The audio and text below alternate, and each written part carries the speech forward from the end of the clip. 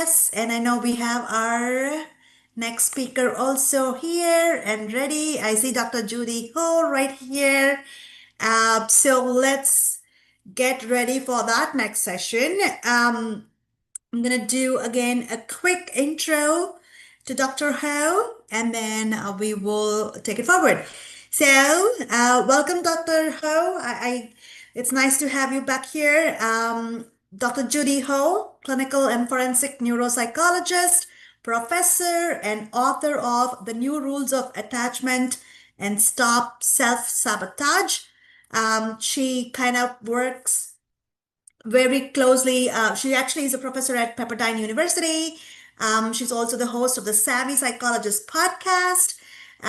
She is widely recognized as an expert in the intersection of mental health, performance, and relationships with extensive experience in clinical practice, academia, and media. I'm going to hand it over to you, Dr. Ho. I know you have a very interesting topic to talk about in this session. Over to you. I think you're on mute. Hi, everybody. Nice to see you. And thank you so much for having me back. I'm very excited to be here. I was wondering, is it okay for me to share slides? Would that be broadcast in the same way? Sure. Okay, great. Hopefully I'll just have, it looks like I have sharing privileges, so I'll do that. Wonderful. Okay, perfect. So today we're going to be talking about rethinking teams, unlocking the power of strong team relationships and interconnectedness for success and thriving. And I just want to start with an opening question. What if everything we believed about high performers is wrong? So I think that many high performers, they pride themselves on independence, doing things by themselves. And it's sort of an interesting idea because, of course, people who are independent and highly self-sufficient, they get a lot accomplished in life. So there is so many pros that come with self-sufficiency. But at the same time, the reality is that a person who is a connected performer is going to overall suffer less burnout, actually get more things accomplished, and also benefit from the fact that they feel supported and have important relationships that really fuel their emotional and mental wellness needs. So I think the reality to talk about is, how do we become the connected performer? So self-sufficiency is still important. You're still going to use that at various times, but that you're building resilience and creativity as well as sustained excellence through your relationships and not in spite of them. And this is something that I think can be really tough for some of my high performers to grasp. And the reason is, a lot of times people really function really, really well when they think of themselves as these high performers. And they function well when they're doing work essentially on their own. And they really, essentially, they feel sustained by that. But at the same time, I'm always hearing that individuals start saying, we're burning out more, we're not feeling as good. And also, it doesn't feel great to not be able to count on people around you, right? You want to be able to count on people around you to sometimes carry the load, especially when you need it. And this is what I want to talk to you about today, because when we think about this idea of being a high performer, we have to start reshaping the language of what it truly means and what's actually sustainable. And I believe that oftentimes the way that we actually perform is not as conducive to actually getting things done the way that we would believe. And sometimes people really react to that. They'll say, well, this is how I've gotten things done all my life, and I don't really necessarily need anybody else to help me.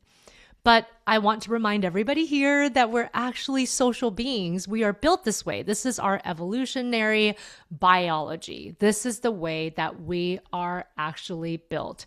And so we're fighting our evolutionary biology rather than going with it. And so this is what I want to talk about today. I want to talk about some practical tips on how we can do this on an everyday basis within the teams that we work in, both in our personal lives and in our professional lives. So in our brief time today, I hope that you will leave with understanding the science of connection, why attachment and co-regulation drive performance, the hidden cost of disconnection, so how isolation fuels burnout and erodes decisions, 3 relationship roles. This is a system that I've built that I've worked with a lot of my clients on, where basically every single person needs to curate a mentor, a supporter, and a challenger. This is your team triad that's going to really help you with both your performance and your mental health. And then essentially tools that you can use starting early next week. So practical moves for trust, safety, and accountability. So here's the foundation. There's basically 3 scientific bodies of literature that we're doing essentially parallel work without them realizing it, but it all comes to one conclusion because we are all wired for connection. Our performance depends on it. So attachment theory is all about how safety shapes us.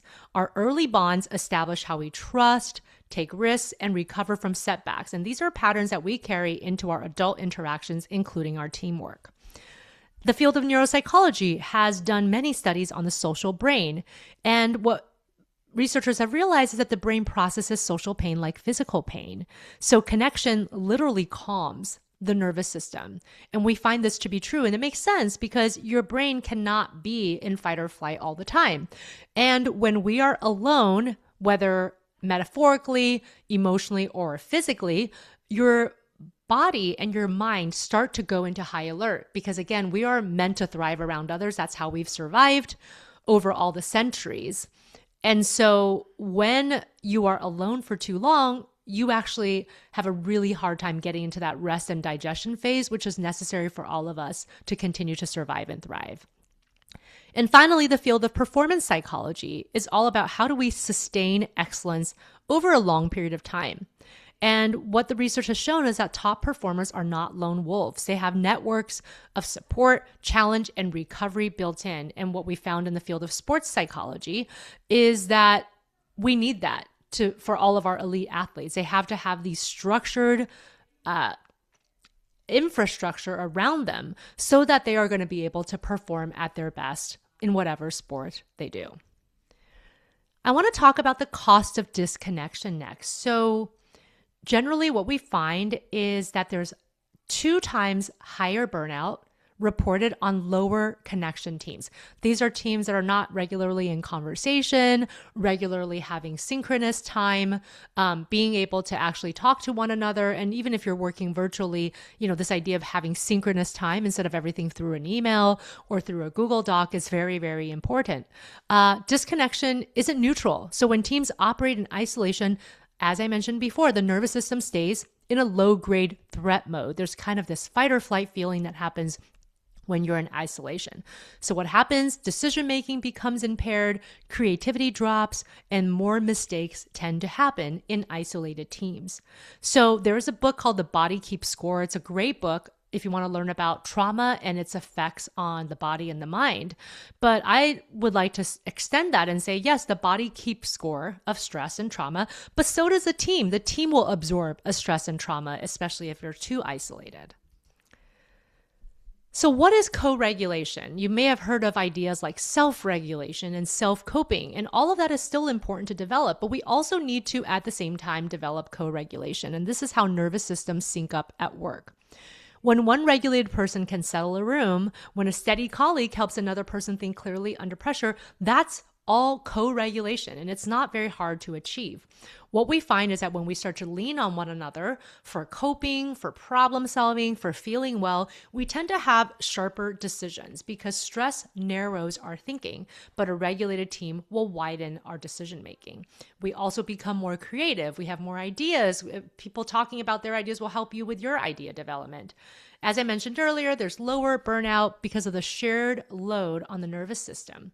And finally, teams that co-regulate have better communication, especially if the team has established a type of environment where the person feels safe talking about dissenting opinions, mentioning, things that might not be going so well, but just in the purpose and the spirit of making the team better. That all of that is a real benefit of co-regulation. And the research also shows that connection, true, genuine connection, is a performance variable.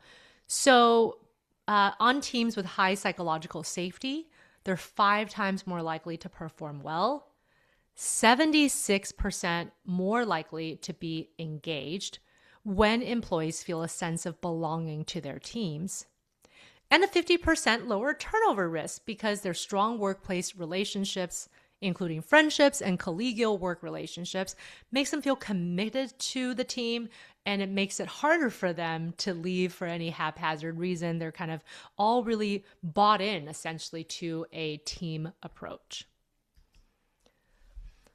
So here's the framework. Every thriving team has 3 major roles. So these are not titles, they're relational functions, and most people do play more than one for other people in their lives. But my approach in talking about your core 3 is that every person should have a mentor, a supporter, and a challenger in their lives. And sometimes people will think that one important person in their lives have to play all 3 roles. Like, I'll just take this out of the work environment for a second and talk about personal life. That maybe they think their romantic partner should bear all 3, but that's where it can be really challenging because not one person can bear all 3 for a specific individual. And that can lead to resentment and quality disruption in the relationship. It's important to know that maybe some people are better at being the mentor, some are better at being the supporter, and really seeking out this inner circle in your social and your professional lives. So, a person who is the mentor, their highest values and what they can offer is wisdom and guidance. So, a person who is the mentor shows the path. They share their own mistakes that they've made, and it helps you to accelerate your growth without doing all of the work for you, because obviously then you don't learn the skill set. The second person in your core 3 should be a supporter. This is kind of the unconditional love person who provides a steadying presence. So what they do is they're not necessarily there to talk about solutions. They can, but that's not necessarily their forte. They're there to be an active listener. They're there to take care of you, to take care of your needs, your emotional needs when you need to communicate, to help you vent your frustrations, and to not judge you. Essentially, what they do is hold space for you, and they remind you of who you are when the work gets really burdensome and when you forget.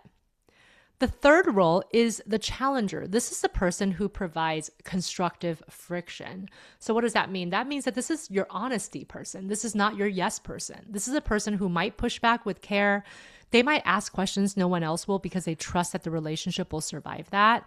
And that essentially makes you a more genuine and sharper person at work and in your personal lives.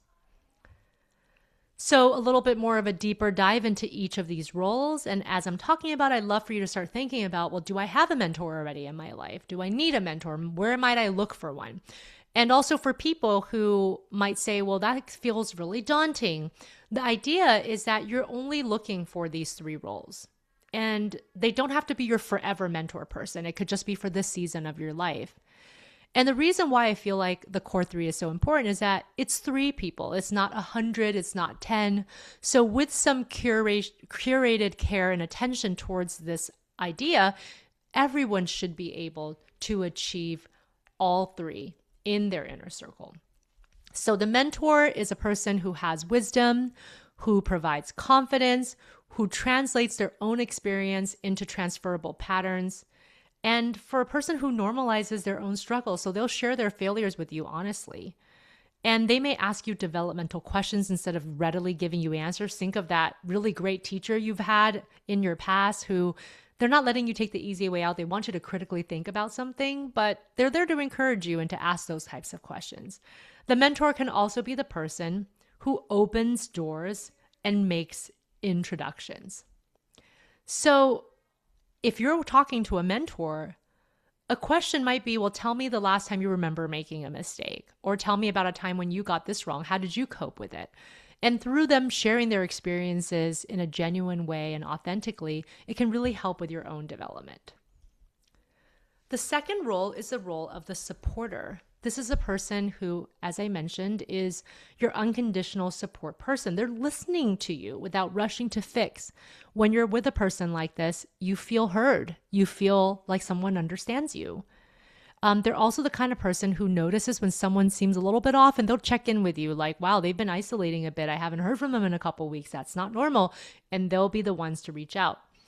And they're less focused on outcomes. They're more focused on the process and holding you through that process and offering you that co-regulation so you can come back down from that fight or flight. And they generally stay calm so that others can find their calm as well. And so when you're relating to a supporter, it's helpful to ask questions like, well, what do you need right now, right? When you're acting as a supporter for someone, or when someone is acting as a supporter for you, they may ask a version of this question. And that's when you know that they are a great supporter, because they're really attuned to the things that you need and they try to give you that opportunity. And finally, the role of the challenger. As I mentioned, this is your honesty person. So they may surface some of the unspoken things. They may ask questions that feel disruptive and disturb the comfortable consensus. But it's really important to know that they're doing it to help you get better. They're not doing it to cut you down. And of course, there are people who might disguise themselves as challengers when they're really not. Maybe they are those people who are jealous of you or cutting you down. I'm not talking about those individuals. I'm talking about somebody who asks the hard questions because they care about you. So they hold standards high without making it personal, and they lead with curiosity. So they might challenge your ideas, but they're not challenging your identity. So when you're in conversation with a challenger, they may say things like, well, what are we not saying out loud right now? Is there some part of this that we haven't examined? Or they might call you out on an action or a behavior that seems inconsistent with what you just said yesterday or with your value system and ask you to think about it. And everybody needs all three of these roles in order to thrive. So what is the foundation of all three? Well, the foundation for all three is this idea that psychological safety in teams isn't about just feeling comfortable. When people tell me that there's no arguments in their teams, that to me does not mean that they are a flourishing or high functioning team. That just might mean that they're not communicating with each other. So the idea of psychological safety at work is the confidence that you're not going to be punished for just being honest. So what does that mean? Well, what it's not is that it's not being nice all the time. It's not about avoiding hard feedback. It's not about lowering performance standards or endless consensus. What psychological safety is the permission to disagree out loud and knowing that you won't be punished. When people make mistakes, it's treated as data. You're not using it to shame people who made those mistakes. Promoting a culture of higher standards plus higher trust. And also, after an honest debate, being able to be decisive as a team and creating concrete steps so you can move forward. So here is 5 moves you can make this upcoming week to start to build a more connected team environment. The first thing to do is to open with a check-in, right? Kind of a 2-word emotional weather report. And that just builds the muscle of honesty within your team, right? So it doesn't have to be long-winded. You can start every meeting with just a quick question, a meaningful question where you're actually eliciting true feedback without having it become essentially a group therapy, right? You can just say, okay, everybody, let's go around and talk about something interesting you did this past week, right? You can rotate questions. They don't have to be emotionally laden. They can be things that really help everybody in the team just to feel more of a bond and to get to know each other better. Also, within your team, actually start naming your roles. Actually have everybody, this could be your opening question for this next week if you're holding a meeting. So describing this model to them and saying, well, who's your mentor? Who's your challenger? Who's your supporter? And where are the gaps? Maybe do you need a supporter and a challenger right now? Do you just need a supporter? What are some concrete steps you can do to take steps towards finding a person who can support you in that way? Also, practicing the pause. Before reacting under stress, take a few deep breaths. This does wonders for our ability to not only co-regulate with one another, but certainly with your self regulation, because sometimes we'll say things impulsively, we react emotionally, and then we don't mean it. Then we have to take a longer period of time to actually clean up that mess. So, this idea of demonstrating your self regulation so that you can co regulate better is really important. Also, when there is a disagreement, I think instead of just saying, I don't agree, say, help me understand, or I'm curious about your viewpoint, right? Please tell me more about it. That's a great way to respond, even if your internal experience is this sounds like the worst idea ever. Maybe you're making a judgment in your mind. But really reframing the disagreement by actually staying curious and being open minded. So you're still going to get to the bottom of it, but in this way, the other person's not going to be so defensive, and you're creating psychological safety for all people who might have dissenting opinions. And finally, repairing after rupture. So again, tension in teams is normal. If you're actually communicating well, you will have tension sometimes. But the repair is a skill. So naming it, owning your part, and moving forward as a team. It doesn't mean that you are saying that you're going to give up on whatever idea or cause or crusade you're on, but you're saying, I understand how that conversation went sideways, and let's take a break and we can come back to it in a few days. Right? So, this idea of understanding that not everything always has to be done in this exact minute. You don't always have to be right every single time.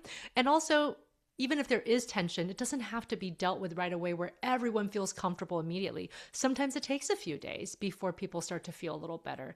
And that's okay. Giving your team that breathing room and not being so afraid of conflict, knowing that sometimes conflict is so helpful for the team to be able to get to the next level of communication and thriving.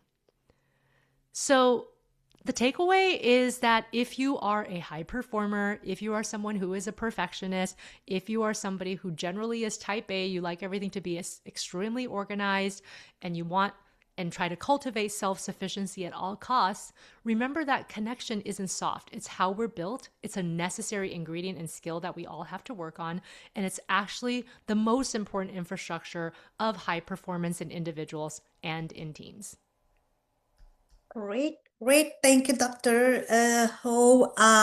Awesome, awesome insights. But I think I did have one quick, well, not a quick question, but actually a question I would say. So I was thinking, the first slide you opened up with, that self-sufficient versus being a supportive coworker, right? So Mm-hmm. if a team is functioning as a self-sufficient unit, for example, what would you think is happening in our brains that would prevent us from being as creative or resilient as we possibly could be? If yeah, yeah, I'm just thinking through all of that, but yes. Yeah. Well, when we're operating in isolation, generally we're more in a fight or flight mode, especially over time. So for short spurts, that's fine. Obviously, as human beings, we're able to flex that way. But because we're social beings and our neurobiology is built that way, if you're alone for too long, your body and your mind starts to think that we need to be a little bit more heightened in terms of threat detection. Mm, And so when that happens, certain types of neurochemicals are more elevated in your body, in your brain, and you become more singularly focused on making sure you're surviving instead of thriving. So what happens? That ends up short circuiting your creativity, short sure. circuiting your executive function over time, short circuiting your attention, all the things that could actually end up warping your ability to be productive and high functioning. All right, good to know. I was like, yep, she would know the answer. How humans are, what the brains are doing, I'm sure. And I'm going to check if there are other questions through in the chat or online real quick. And I might actually have one more question for you, but let me just make sure I'm not taking away others' time on this. Um, there is a question, I think. Side thought on the impact of working alone versus in a team. Do you think that working remotely is a particular impact to working alone? Yeah. Yeah, working remotely is so interesting because there's Mhm. something to be said about true connection the old fashioned way, which is Right. we're all together in a room and we get to like really see people and like touch their hand, hug them, all those things. And hopefully you'll have room for that, at least on a personal level, if you're somebody who works mostly remotely, or that you're taking advantage of any kind of in person get together as your team does have on occasion. But even when you're working in a remote team, you can still achieve the benefits of connection and co regulation if you have some synchronous time. So, as I mentioned, oftentimes when we're working remotely, it can feel kind of like we can just do everything by email or by a chat. Mm-hmm. But even when you're able to jump on a Zoom meeting, a Teams meeting, and see each other and kind of respond in real time, that does provide a very significant source of connection. And so I would suggest that if you work in teams and if you're a leader of the team or you have some influence over how often you might have a synchronous meeting, it doesn't have to be an hour or 2 hours long, but even just a quick 30-minute touch point can really, really help for you to have the benefits of co regulation even in that short period of time. Makes sense, makes sense. The only other, I think this is something that I've been thinking about even before, I think when I was kind of prepping for the conversation. We still have a lot of our performance evaluations, right, as professionals, tied to individual achievement in general across any organization you can think of. So when you talk about interconnectedness and that supportive worker scenario, what can we do to incentivize maybe like the high performers to say, hey, it is okay to lean in, it is okay to kind of rely on others without the worry and fear that, oh, you will be seen any less, you'll be treated as any less valuable or less star. You're not like a star in the eyes of leadership, right? Like, how can we do that? Like to Mm-hmm. say, you are a high performer, we acknowledge that, but it is okay for you to still lean in. Yeah. Yeah. I think that it's hard because the culture sometimes has to start at the top. So if you're in a leadership position, setting that example, naming it, saying it's okay, encouraging your team members to actually work in groups on certain projects and making that the norm. But if you're not necessarily in a leadership position, then I think that it's about throwing that idea out there to the leadership and saying, hey, what do you think about maybe making a couple of these, group or team based projects, because I think that it would actually be better for Mm, the output or the product or the outcome to have a couple of minds here with different expertise. And so there's a way to make it sound like, hey, this is not about me, quote unquote, needing someone, but it's more mhm. about we might have the best outcome if we put a couple of minds together that come with different skill sets and different levels of resilience. You can even use this model of core three. Like, we should do a project where a person is occupying each of these roles, because when we know that there's going to be huge balance and they all offer something really unique to the project and they come with a different viewpoint. And so I think that there's plenty of ways to focus on the strengths of that and with an eye towards the outcome without feeling like this is me asking for help and then in our current culture making it seem like you're weak or that you need help and you can't Right. do something on your own. Right. Okay. Awesome. Awesome. Thank you. Thank you. I think that's all the questions we had. I know I'm just gonna check. All right. I think that's pretty much it. So thank you so much, Dr. Ho. We appreciate you being here. A lot of fun, interesting, and insightful conversation, I think. So we look forward to maybe getting a recorded version of it also to replay back once again. But Thank you. thank you once again for your time. We appreciate Nice you to being see here. you. Thank you so much for having me. All right. Thank you. Thank you. All right, folks.